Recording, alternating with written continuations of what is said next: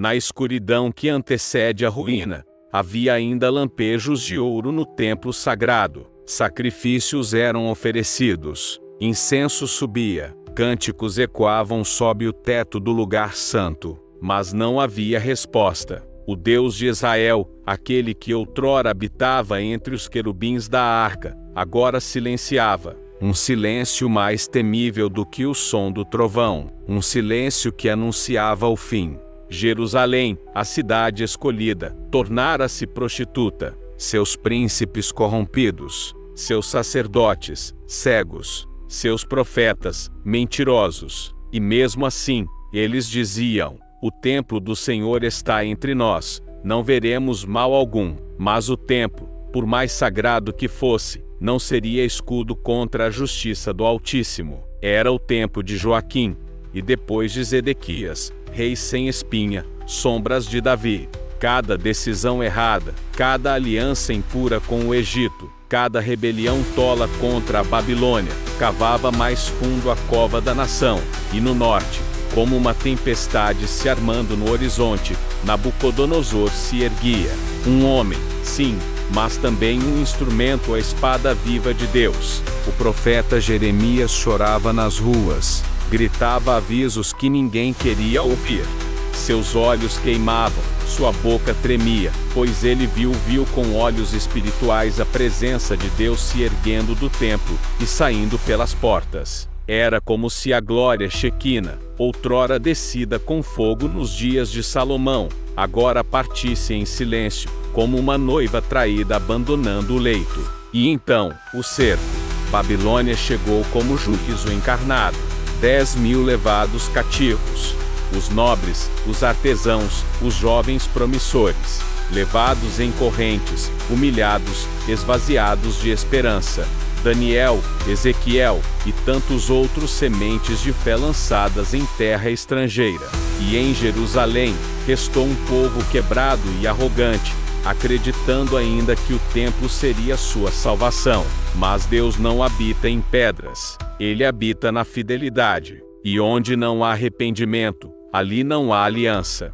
No alto da cidade, os sacerdotes continuavam seus rituais, como atores num palco em ruínas. Não sabiam que estavam sozinhos, não sabiam que o santo havia se retirado. E no céu, como em uma visão do profeta, a carruagem divina se movia para longe de Jerusalém, conduzida pelos querubins, deixando para trás apenas juízo e poeira.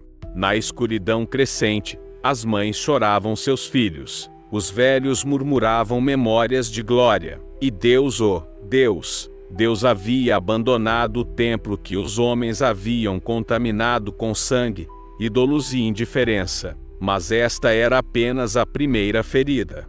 A ira de Deus não vem como um relâmpago impensado. Ela é gestada no ventre do tempo, amadurecida pela repetição do pecado, atiçada pelo desprezo à aliança. E quando chega, não vem sozinha, traz consigo a espada, a fome, o medo e a vergonha. Assim foi o dia em que Jerusalém, a cidade do grande rei, foi incendiada diante do céu silencioso.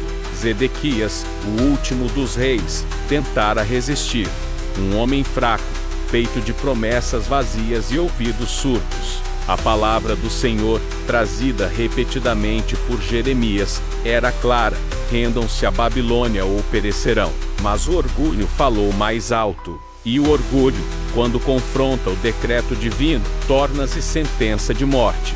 Nabucodonosor não mandou mensageiros, mandou generais, e com eles, exércitos. A cidade foi cercada, as águas secaram, o pão murchou. As mães, tomadas pela fome, olharam seus filhos com olhos de desespero. Dentro das muralhas, o povo não clamava mais a Deus, clamava por morte rápida. O templo, outrora abarrotado de ofertas e músicas, estava vazio, abandonado pela própria glória que um dia o consagrou. No 9º dia do 4º mês, os babilônios romperam os muros. Os soldados invadiram a cidade santa com um pé profano. Os príncipes de Judá fugiram pela noite, mas foram caçados como presas indefesas. Zedequias tentou escapar pelos campos de Jericó, mas o juízo o alcançou. Diante do rei da Babilônia, viu seus filhos serem mortos um a um e então teve os olhos arrancados, para que aquela imagem fosse a última a habitar sua memória cega. A cidade de Davi, então, foi entregue ao fogo. As casas foram queimadas, os muros derrubados, o palácio real, reduzido a cinzas. Mas o momento mais temido ainda estava por vir quando os soldados pagãos marcharam em direção ao templo, ao Santo dos Santos, ao lugar onde um dia a presença de Deus fez tremer os sacerdotes. Não houve resistência, não houve fogo do céu, apenas silêncio. Eles abriram as portas, profanaram os utensílios sagrados, levaram o ouro, levaram a arca, levaram tudo. E então atearam fogo na casa que Salomão havia construído com glória. A fumaça subiu como incenso perverso. As chamas dançavam entre as colunas de cedro. O templo, o coração da fé de Israel, caiu, e com ele, caiu a pretensão de invulnerabilidade que tanto cegara o povo. Jerusalém estava em ruínas. Ezequiel, à distância, viu em visão o que os olhos dos habitantes jamais viram. A glória de Deus, há muito retirada, chorando sobre a cidade devastada. O Senhor, não como um conquistador, mas como um esposo traído que vê sua casa destruída pela infidelidade da amada. Não foi Nabucodonosor quem destruiu Jerusalém. Foi Deus quem entregou Jerusalém à destruição. Pois quando os homens endurecem o coração, quando os altares são divididos entre Deus e ídolos, quando o sagrado é tratado como banal, o Senhor levanta juízo com mãos estrangeiras. Ele deixa que o inimigo faça aquilo que a santidade exige, mas que a misericórdia retardou por tempo demais. Os cativos foram acorrentados, crianças, anciãos, nobres e camponeses todos levados para longe. Os campos ficaram desertos, as vinhas secas, o pranto ecoava entre as pedras caídas. O cântico cessou, apenas lamento, apenas poeira, apenas juízo. E no céu, o trono do Altíssimo permanecia firme, pois ele não é Deus apenas de Jerusalém, ele é o Senhor de todas as nações. E agora, a sua justiça havia sido estabelecida não com trovões, mas com o abandono, não com terremotos, mas com a retirada da glória. O povo escolhido agora era um povo disperso, e o templo, reduzido a escombros, era um lembrete eterno. Deus não compartilha sua santidade com a soberba. A fumaça ainda subia das pedras queimadas de Jerusalém, mas o povo já marchava acorrentado para o leste, um cortejo de vergonha, conduzido por soldados que riam dos cânticos do passado. Não havia mais cidade santa, nem rei, nem templo, apenas prisioneiros, cativos de um juízo que eles mesmos invocaram. Caminharam por desertos áridos, pelos vales do Eufrates, e pelos portões de cidades estranhas. As línguas eram outras, os deuses eram falsos, e o silêncio de Deus parecia absoluto. O que restava da nação escolhida agora comia pão de humilhação nas mesas da Babilônia. E no meio do povo, os profetas choravam. Jeremias, o profeta do pranto, ficou entre as ruínas. Seu livro de lamentações era um grito rasgado, um salmo invertido, como está sentada solitária a cidade, antes tão populosa. Tornou-se viúva. O lamento dele não era apenas humano, era divino. Era a dor de Deus sentida na carne dos homens. Na Babilônia, Ezequiel viu rodas dentro de rodas, anjos cobertos de olhos, e a glória de Deus movendo-se entre as nações. Ele entendeu. Deus não estava preso ao templo. Ele não havia sido vencido, ele havia se afastado. Ele julgara a sua casa, mas ainda caminhava entre os vivos. Sua palavra, agora, era um fogo entre os cativos. E Daniel, ainda jovem, foi levado ao palácio dos reis. Lá, entre sábios e magos, ele permaneceu fiel. Ele jejuava, orava, e Deus o exaltava. Nabucodonosor viu estátuas, loucura e redenção, e até ele teve de reconhecer: O Altíssimo é soberano sobre o reino dos homens.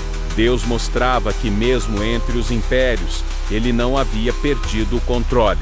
Mas o povo chorava. Às margens dos rios da Babilônia, penduraram suas harpas. Quando os inimigos pediram cânticos de Sião, eles responderam: como cantaremos ao Senhor em terra estrangeira? O louvor havia sido arrancado dos seus lábios. Restava apenas memória, saudade e culpa. Durante 70 anos, o povo viveu entre ídolos. Viram seus filhos crescerem longe da terra prometida. Viram os nomes hebraicos substituídos por nomes caldeus. Viram suas tradições dissolvidas nas águas do cativeiro. Mas entre o lamento e o silêncio, uma semente germinava: o arrependimento. O orgulho que ergueu a Torre de Babel também habitava Jerusalém. E agora, Deus os fazia provar da mesma dispersão.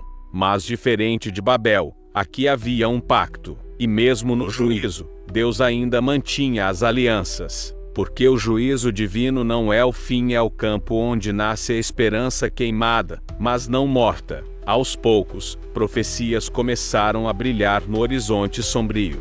Isaías já havia sussurrado gerações antes: consolai, consolai o meu povo, preparai o caminho do Senhor. Jeremias havia deixado escrito: passados 70 anos, eu vos visitarei. E Daniel, em oração, leu isso e chorou, pois viu que o tempo estava se cumprindo.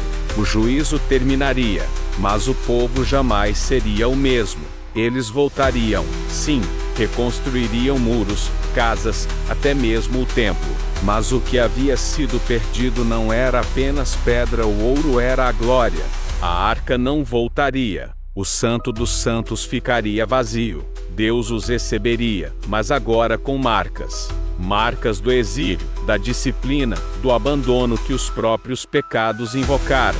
O exílio, portanto, não foi apenas geográfico, foi espiritual.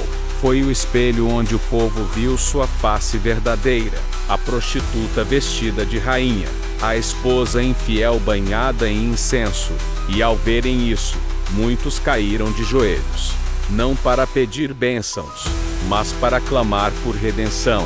Redenção que viria, mas não como esperavam. Porque o verdadeiro retorno de Deus ao templo não seria com fogo e glória, mas com pés ensanguentados e coroa de espinhos. O juízo do exílio preparou o caminho para o Messias, e aquele que seria exilado da própria cruz, traria o povo de volta para Deus. Porque o Senhor disciplina aos que ama, e fere, sim, mas fere para curar.